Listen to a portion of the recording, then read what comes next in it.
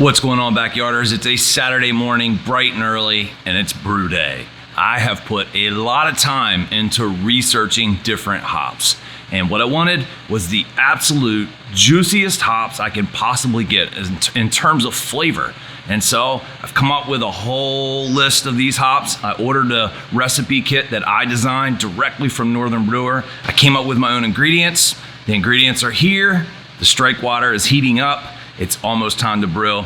Let's get started. My favorite summer beer style is a NEIPA, New England style IPA, and it doesn't have that bitter, bite to it, but it has a lot of hop flavor, and I just absolutely love that profile. It's a wonderful beer. Wintertime, I'm more of a porter and stout. Well, I like porters and stouts all throughout the year, but this time of year, I especially like an NEIPA. Now, to give you guys a little hint as to what's coming with the channel, my next recipe kit is going to be a fruit sour, a kettle sour specifically. I don't know the specifics about it yet. I'm probably going to design the recipe here in just a few minutes, but just to give you a heads up as to what's coming here on Delmarva Backyard, we're going to start taking this thing to another level. There's some local breweries, specifically Dewey Beer, that they make an absolute, amazing kettle sour. It's I've not had anything even close to it. So I love it so much, but they're charging like $38 a 4-pack. And, I guess supply and demand, they can get away with it because they almost never have any. When they do a can release, you got to be there within, like 5 hours to get some. But it's time for me to try to see if I can't put my own twist on this kettle sour, this fruit kettle sour. That's coming up soon, so stay tuned. But today is an NEIPA. I haven't named it yet, but maybe we'll figure out what that might be throughout the brewing process. My brewing process always starts with water chemistry, and luckily I've done enough NEIPAs that I use Brewer's Friend to calculate my water profile and what salts I need to add. I'll give you a quick look at what I came up with, but it was based on a previous brew and made it pretty simple. And so what you see here is Brewer's Friend's calculator. It's their basic calculator. My source minerals are up top. And I get those from a lab sheet that I do a water test on my water. I have a private well, and I get the well tested once a year, and I update the source minerals. That's the, what minerals are in the water directly out of the ground here. I don't have any filtration on my well. It's just, water straight from the ground. My target minerals is based on a NEIPA balance profile with a 2-to-1 chloride to sulfite ratio. And you can see that right here, 160 to 80.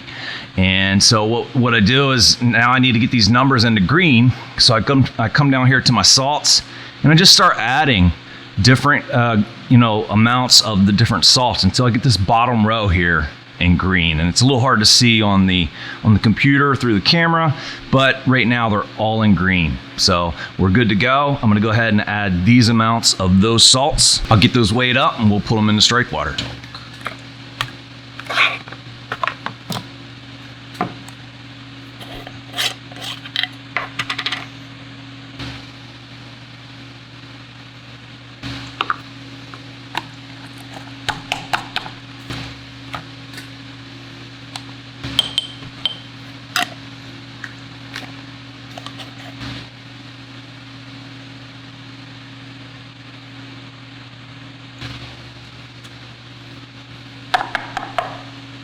So here is the custom recipe that I made, and you can see all the hops we have going on in here. We're going with a London Ale 1318 yeast, and I did a yeast starter for that earlier. We've got 2 pounds of oats, 2 pounds of wheat, 9 pounds of Pilsner 2-row. So that's a little different for me. That's gonna make this a little paler. Haven't tried this before, it's something new. But I've heard, I've heard some guys on YouTube and around say that, that worked out well for them. It gave them a lighter mouthfeel, but allowed you to taste those hops a little more. So not a bitter beer, but a nice hoppy flavored beer. The amount of water is kind of, it depends on your system. For me, I've gotten it down to about 7.5 gallons total. Now, what I do that's a little different is I've started doing this in the last couple of batches, is doing the entire mash in at one time, and there is no sparge. So I just let it go for a little longer, about 75 minutes or so, and make sure I have the right water amount. And I also am trying something a little new today. Something, if you watched a Homebrew Wednesday recently, you'll know I've made some upgrades. I have an electric controller now with the Blickman Rims Rocket, and so that's going to help keep that mash temperature, hopefully, exactly where I want it. So let's see how it goes. Mash tun is all cleaned up and ready to go. And in my HLT, I have 10 gallons up to 165 degrees. All right, so let me show you the setup. This is my HLT where I took the water up. It's just, this kettle always stays clean. It's just for heating water. And so what I have is a hose with a ball valve, and that leads into my pump. And then the outlet with my ball valve for flow control on the outlet side of the pump comes around and goes into my rim system, into the bottom of it. What happens is this container fills up with the wort or water or whatever, and then there's a heating coil inside. The heating coil, up here you can see the thermometer goes inside, goes down to the Brew Commander. And from the Brew Commander, I turn the pump on, I adjust all my settings. I haven't messed with it yet. This is the first time I've pressurized it, so I'm looking for leaks and any problems. But then out of the top of the rim system, I run this hose, and that's gonna fill my mash tun. I'm gonna go ahead and put 7.5 gallons of water in there. Okay, so I changed things up a little bit after I got the water into the mash tun. I got 7.5 gallons in the mash tun, but I wanted to verify that the Brew Commander was gonna work. And so what you can see is that I have it set at 154 degrees. Timer set for 72 minutes, but we'll probably end up going longer because I haven't actually started the mash yet. And so what should happen here is the temperature, which is taken at the top here, should slowly come up to 153, because that's where we want the temperature of the mash. And then we'll go ahead and mash in once we see 153. The way that we're doing this is the outlet of the mash tun has a hose going down into the inlet of the pump, and then on the outlet of the pump, going around and into the rim system. And then from the rim system, we're going up into the sparge arm of the mash tun. So I'll get this up to 153, and then we'll mash in. Okay, so I intentionally put the water into the mash tun a little low because I wanted to see how the Brew Commander and the rim system was gonna work. Is it gonna do exactly what I think? And that's, just cycle the heater on as needed to keep the temperature at that set point. And so far, it's been perfect. I put it in at 150 and turned the heater and the pump on, and bam, it just started automatically raising that temperature. It took about 5 minutes, 6 minutes for it to get up to the 154 mark, which is where, I'm mashing it at 157. And what I'm gonna do then is immediately drop the temperature back down to 53 as soon as all the grains are in. I'm mashing a little bit higher because when I put the grains in, I'm gonna lose a little bit of temperature. Let's go ahead and mash in. I already put the salts in. They've been kind of circulating in there. It's time to go ahead and get those grains in. Now,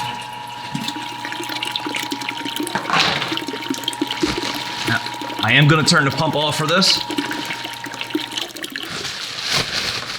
Keep the mess down. And I'm gonna do probably half. Actually, I'm gonna go ahead and put these in and then stir it up. This is our Pilsner, our base malt. Now let's stir that around.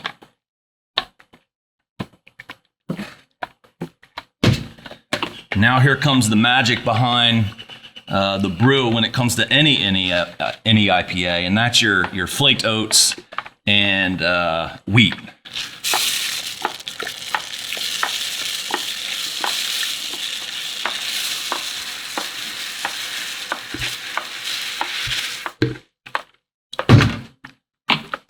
Okay, doesn't look like we have any dough balls. That's a good thing.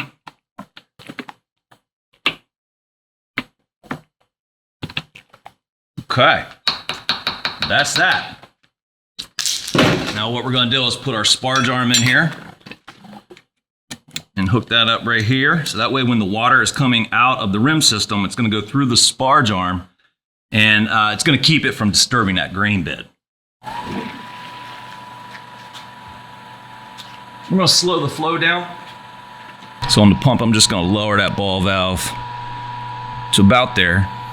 Go to menu, mash. I'm gonna pause that mode. So we're gonna go ahead and click the number button and type 153, enter.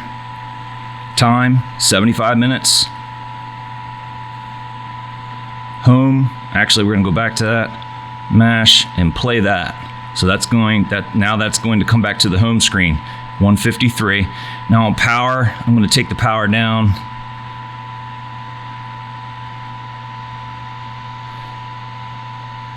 We'll go to 75. And you can see we're at 155 now. We're set at 153. It'll tell you right in the center there in red when the actual heater is on. But let's find out how accurate it is.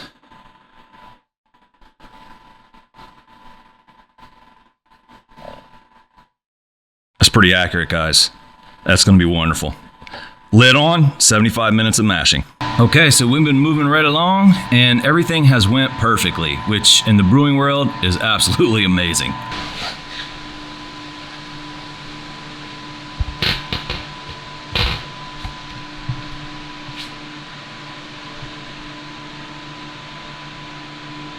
Look at that.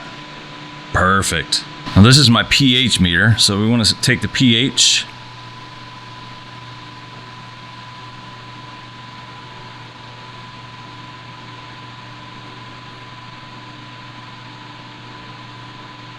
We're a little bit high on pH. I was going to put some calcium chloride in to lower the pH a little, but I'm not that far off. I think we're going to be just fine. So I'm going to go ahead and transfer to the boil kettle. Couple of changes now, and really it's just the outlet side of the pump. I have went ahead and put a different hose on the outlet side of the pump, simply taking it up to the boil kettle. So I'll open the valve on the boil kettle. First time I use this boil kettle, so let's see how this goes. Hopefully with the heat shield, I won't melt my gaskets and things as easily. I won't have to, put the makeshift heat shields I've had up here if you've watched my videos in the past. And the most important thing is it's 10 gallons, so I'm gonna have plenty of space with no problems with boil over. All right, so now it's time to go ahead and fire up the new boil kettle with the Blickman Hellfire underneath of it.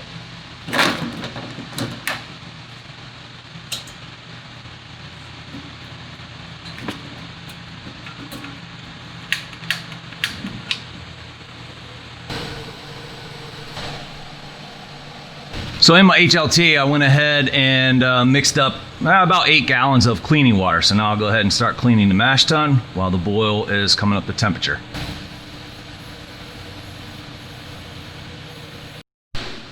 And this is why I went with this larger kettle. I'm getting ready to go into a boil. All that kettle to make sure I don't boil over. Okay, so we are at a boil with no worries of boiling over. Now this is an NEIPA, so we don't add any hops until after the boil. We're gonna boil for 60 minutes. Okay, so the boil's over, boiled for 60 minutes.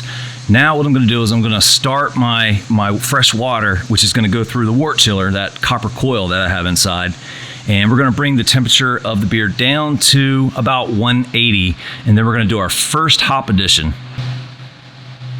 Now this is more like a home style whirlpool that I'm gonna do. I'm gonna use the wort chiller to just get everything swirling, and then I'm gonna go at 180 degrees. I'm gonna put these Citra hops, 1 ounce of them, into the hop basket and let that sit at about 10 minutes or so before I get the temperature to come down anymore. And we're gonna do some step hopping. You get some different flavors out of the hops when you do that. So that's what we're gonna try today. Oh man, I love the smell of hops, guys.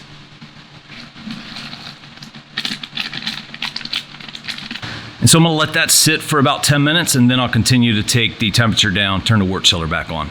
We're down to 150. Now it's time to put the next hop addition in. I did a lot of research into these hops, and they're supposedly the juiciest and best for this type of beer. So and it takes a lot of these. I'm gonna put 3 ounces in during this whirlpool, 3 ounces of dry hopping the first time, which will be 2 days into the fermentation. And then at about a week, I'm gonna do another 2 ounces, maybe 3 ounces. In the hop basket. And we're gonna let them sit for about 10 minutes, and then we'll keep taking the temperature down. And so now we're down to 130. We're gonna add our last hop addition. I'm excited to use these. I have never used these. I just kind of stumbled onto these from my research, and man, they sound like they're gonna be amazing in a beer like this. Oh, they smell good.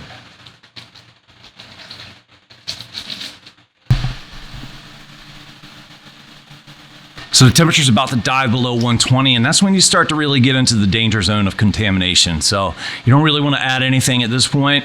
And you just want to get it down to, I'm going to go down to about 75 degrees, and then I'll transfer it into the fermenter.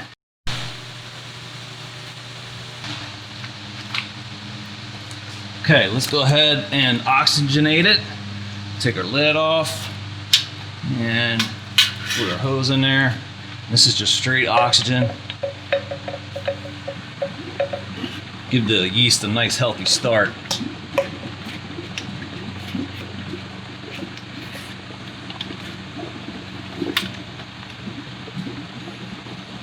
And that's pretty good. And my yeast starter, which I did a half cup of dry malt extract to 4 cups of water, put it on my plate stir for 24 hours. And this is the London Ale 1318.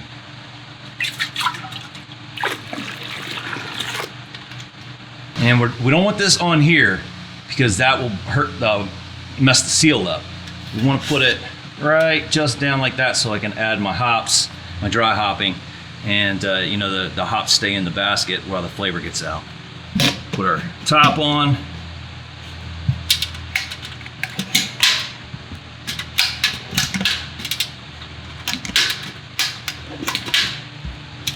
And we're gonna go into the fridge, my fermenting fridge, for, it's probably a 2-week or so fermentation. But like I said, we'll dry hop in 2 days.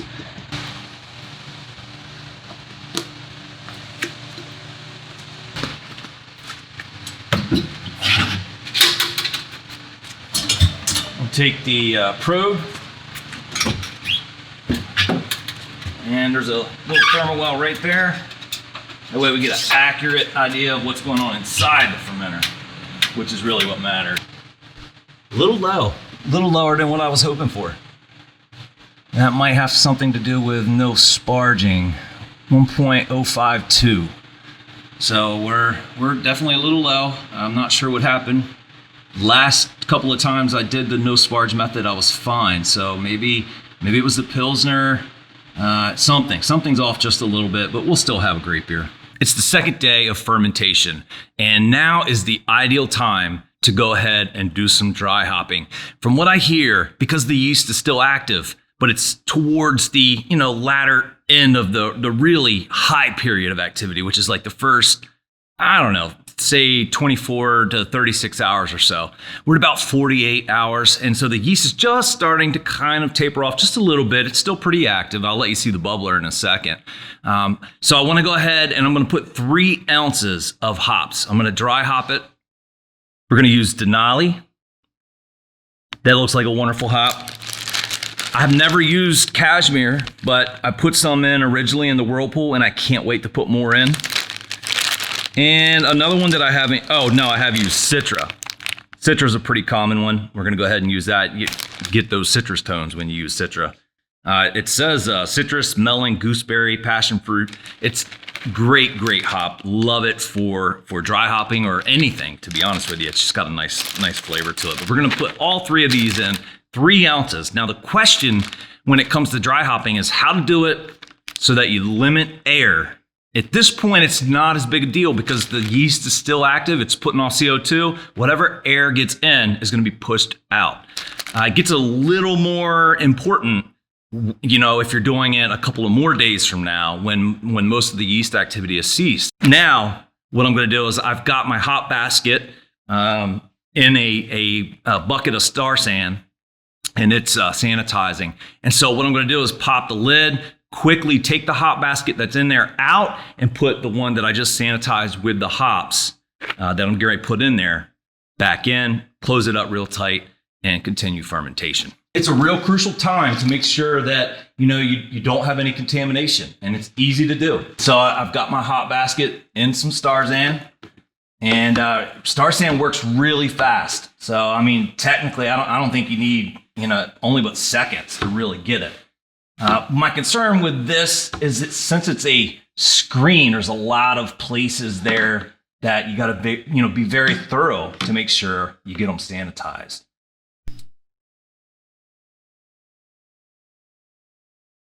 So you can see the yeast activity is slowed, but it's still there. I don't think we're going to have an oxygen problem this time. Next time, we're going to be a little more careful with it, though.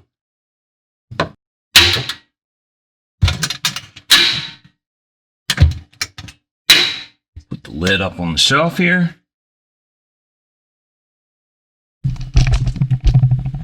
We want to do this kind of quickly.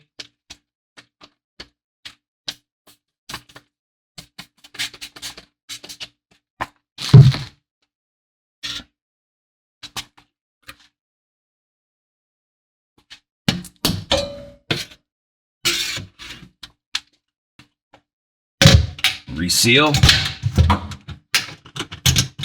And I'm going to respray the bubbler.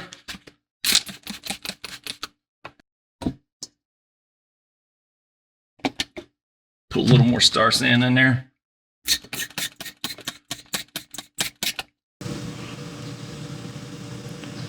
Okay, so we are at day 10. And what I went ahead and did is hook some CO2 to the fermenter. And I just pressurized to about 2 pounds. So what I'm trying to do is just get the oxygen off the top of the beer. So I'm just going to vent it a little bit.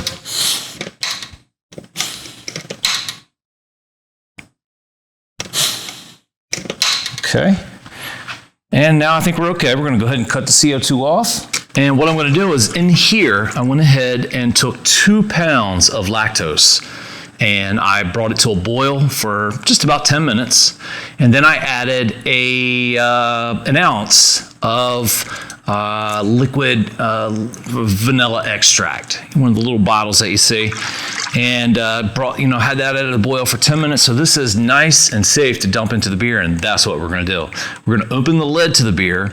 We're going to dump this in the beer, as well as we're dry hopping right before the cold crash, which is going to happen in about 4 days. Using an ounce of Citra, one I haven't used before, an ounce of that, actually 2 ounces of that. Same thing as last time, I have my hop basket in some sanitizer. Just gonna get that nice and good. Now we're gonna go ahead and open up the fermenter. We're gonna pull the hop basket that's in here out.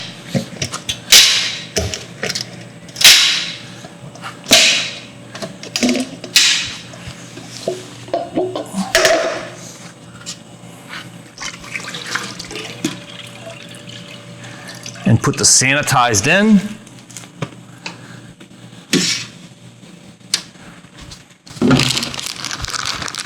And do this very quickly so we don't have any more exposure to oxygen than necessary. Put our hops in the basket. And now we're going to go ahead and dump the lactose in here. And there we go. Now we're going to very quickly put the top back on after I spray the inside of it down with some sanitizer.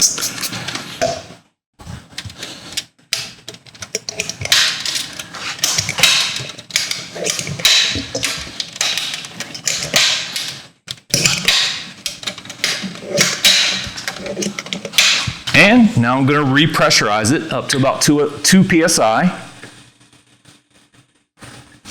To let the oxygen out, I just release one of the latches.